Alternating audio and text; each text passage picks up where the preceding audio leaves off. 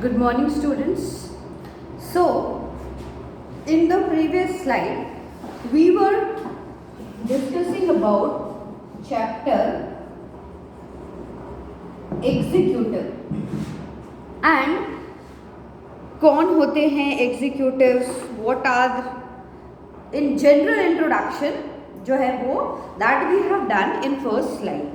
Now, when we talk about executives in Indian term, how many kind of executives are being found in India? Roughly we have discussed these few things. Now today we will be going in detail of all these things. So in India we will see, when we broadly if we will see, there are two types of executives. One is system based on the principles of collective leadership, जैसे कि parliamentary form और semi presidential form of government जो होती हैं. एक होता है system based on individual leadership, that is वो कहाँ होता है, where presidential form of system होता है. नाउ सिंगल अथॉरिटी बेस्ड है, प्रेसिडेंशियल फॉर्म है, तो क्या होगा, where president is the head of the state and he is also head of the government. दोनों चीजों में हेड वही होगा. The president is usually direct elected by the people and moreover he is not accountable to the legislature. Now when we see the system based on the principle of collective leadership क्या है, तो हम दो forms में आता है उसमें. पहला पार्लियामेंट्री फॉर्म, सेकंड आता है semi presidential form. Semi presidential form में क्या होता है, it has the president as head of the state and has a prime minister as head of the government. Now both are directly elected. PM भी और council of members जो है, they are PM and his council of minister, they are responsible to the legislature. Third होता है parliamentary form जिसको बोलते हैं. Parliamentary form में क्या होता है, head of the government is usually known as prime minister. He is the leader of the majority party of legislature. He is accountable to the legislature and he is head of the state. वो कौन हो सकता है, monarch हो सकता है या president हो सकता है. जहाँ प्रेसिडेंट होता है वहाँ अगेन पार्लियामेंट्री रिपब्लिक बोलते हैं उनको, और जहाँ पर मोनार्च होता है वहाँ पर कॉन्स्टिट्यूशनल मोनार्ची इसको बोल देते हैं. तो ये तो है जब हम सिर्फ टाइप ऑफ एग्जीक्यूटिव्स की बात करते हैं around the globe. Now when we see the type of executives in India, तो हम दो पार्ट्स में इसको डिवाइड करते हैं. Number one is political executives. क्या होते हैं political executives? It consist of the executive head of the state and other heads of the executive department is ministers. Ministers जो हैं they are political leaders and they are mostly elected representative of the people and responsible for all their decisions and policies before the public. ये political executives हमारे जो elected representatives जो हैं, उन जिनको हम भेजते हैं, ये लोग होते हैं. Political executives हैं, they work for a fixed tenure of 5 years. फिर इलेक्शन होते हैं and if they come again, तो उनका जो टर्नओवर है वो बढ़ जाता है. Otherwise they work on a fixed tenure of 5 years. Now it acts as a temporary executive in the sense that it changes after every election. अब इनको temporary executive क्यों बोला जाता है, क्योंकि हर tenure के बाद इनके बदले जाने का प्रोविजन होता है. हो सकता है वही रहे और हो सकता है वो बदल जाए. Now after completing one tenure, minister have to again contest elections. Then they can become ministers only when the party to which they belong returns to power as the majority party. वो हटना पड़ता है उन्हें post से, फिर से election होते हैं, और अगर उनकी पार्टी जो है वो फिर से आती है पावर में तो वो बन सकते हैं दोबारा. अब द मिनिस्टर्स दे क्या है, ये they are amateurs, non expert and non professionals. ये जिस भी डिपार्टमेंट में काम कर रहे हैं जरूरी नहीं है उसके बारे में इनको नॉलेज हो, ये उस पर्टिकुलर सेक्टर में एक्सपर्ट नहीं होते हैं, ये नॉन प्रोफेशनल्स होते हैं. Their function is to formulate policies and get these policies and law approved from legislature. Actually कौन कौन काम करता है? टीम काम करती है, IAS ऑफिसर्स होते हैं जिसमें हमारे, और इसका काम होता है कि जो पॉलिसीज उन्होंने बनाई है उसको लेजिस्लेचर में पास करना है। Thereafter, these policies and laws of the state are implemented by the civil servants who work under the control of political executives. The political executive heads the government. Now, each of the minister is head of a department or some of the government. कुछ भी हो सकता है वो।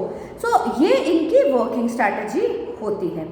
अब दूसरा, ये थे हमारे पॉलिटिकल, टेम्पररी पॉलिटिकल एग्जीक्यूटिव्स। अब हम बात करेंगे नॉन पॉलिटिकल या परमानेंट एग्जीक्यूटिव, जिनको बोला जाता है, जिसमें हमारे जो सिविल सर्वेंट्स है ये लोग आते हैं। अब इट कंसिस्ट, ये जो हमारे सिविल सर्वेंट्स हैं, नॉन पॉलिटिकल परमानेंट एग्जीक्यूटिव्स हैं, कौन होते हैं? They consist of civil servants, या हम बोलते ब्यूरोक्रेसी जिसको हम बोलते हैं, from the lowest to the highest level. It carries out the day-to-day administration by working in the government departments. The civil servants are politically neutral. इनको कोई फर्क नहीं पड़ता, आज बीजेपी है, कल कांग्रेस आएगी, परसों कम्युनिस्ट पार्टी आएगी. Their working strategy is something different. The work which they have to do, they are clearly mentioned in Constitution. इनका direct linkage जो है actually according to the laws जो हमारे non permanent executives हैं इनसे नहीं होता है. अब किसी भी पॉलिटिकल पार्टी के प्रेशर में ये काम नहीं करते हैं. They do not owe delegates to any political party. इनका जॉब क्या है? Their job is to carry out laws and policies of the government without any political consideration. They will not work under any political pressure. But when we discuss about the basic natural phenomena, तो हम देखते हैं हर हमारा civil जो हमारा working strategy है वो ऐसी है कि जितने भी सिविल सर्वेंट्स हैं they work under pressure of whom? Of these political people. कैसे भी उनके अंडर में काम करते हैं, उनके प्रेशर में काम करना ही पड़ता है उनको. Now these civil servants they are specially educated and trained persons, जबकि हमारे नॉन परमानेंट जो हैं दे आर नॉट ट्रेन्ड, हमने पढ़ा अभी. They are experts and professionals. So ये सबसे बड़ा डिफरेंस है हमारे परमानेंट और नॉन परमानेंट मेंबर्स में. दे गिव, अब हमारे जो सिविल सर्वेंट्स हैं क्या करते हैं? They give expert advice and opinions as well as collect, classify and present data to the political executives on the basis of which the latter takes all decision. ये हर चीज़ का black and white scenario इनके सामने present करते हैं, जिन basis पर आगे policies बनाई जाती है, डिसीजंस लिए जाते हैं. तो ये इनका बेसिक काम होता है.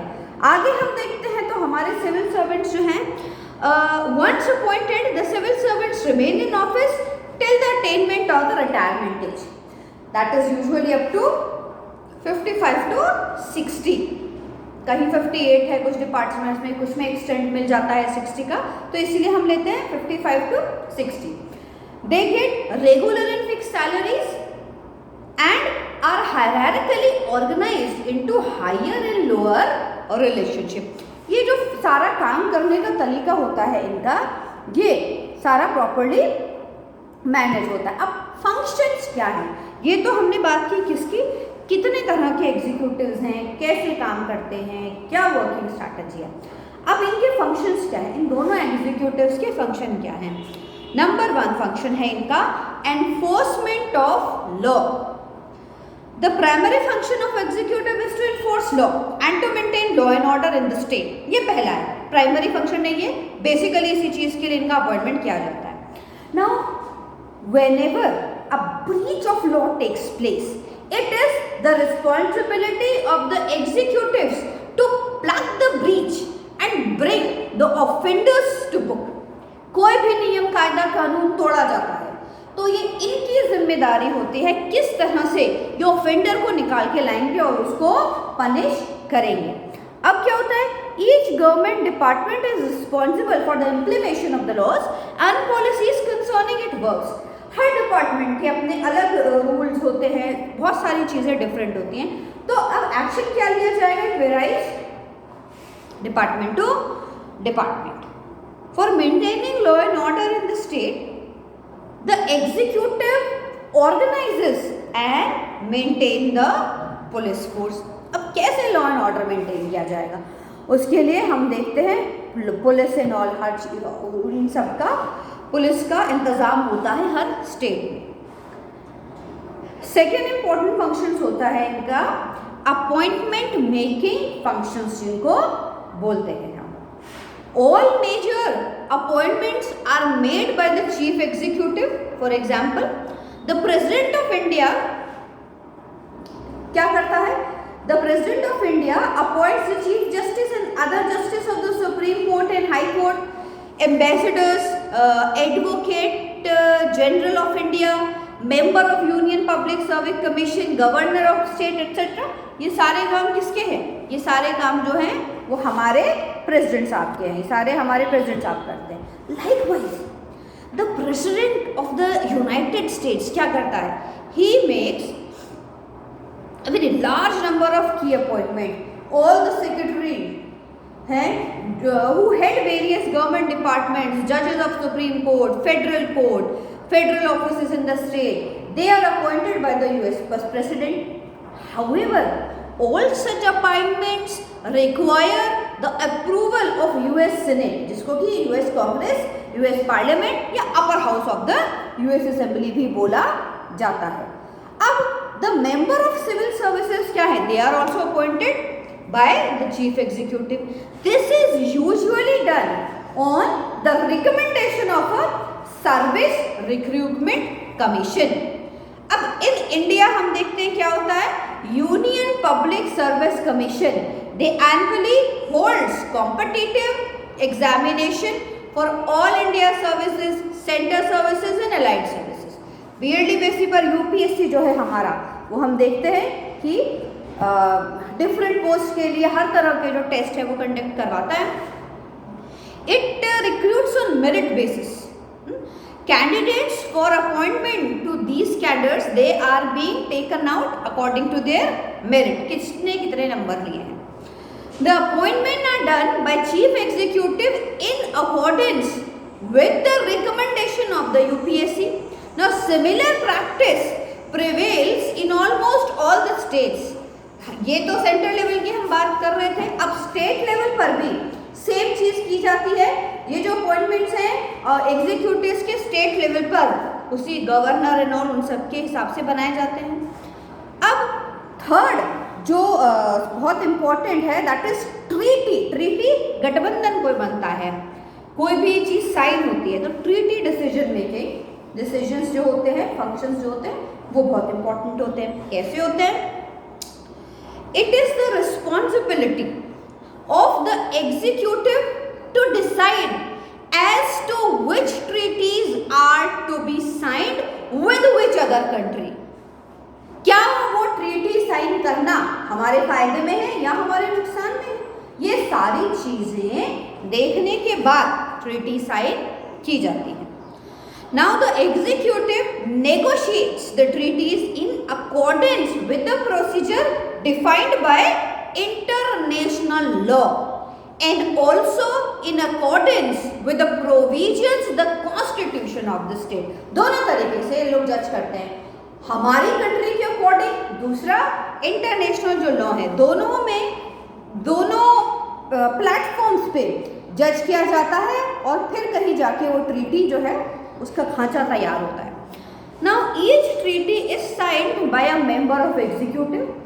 Most of the treaties also require ratification by the legislature of the state. It is again the responsibility of the executive to secure legislative approval for all the treaties signed by. ये उनकी जिम्मेदारी बनती है. Fourth जो है वो है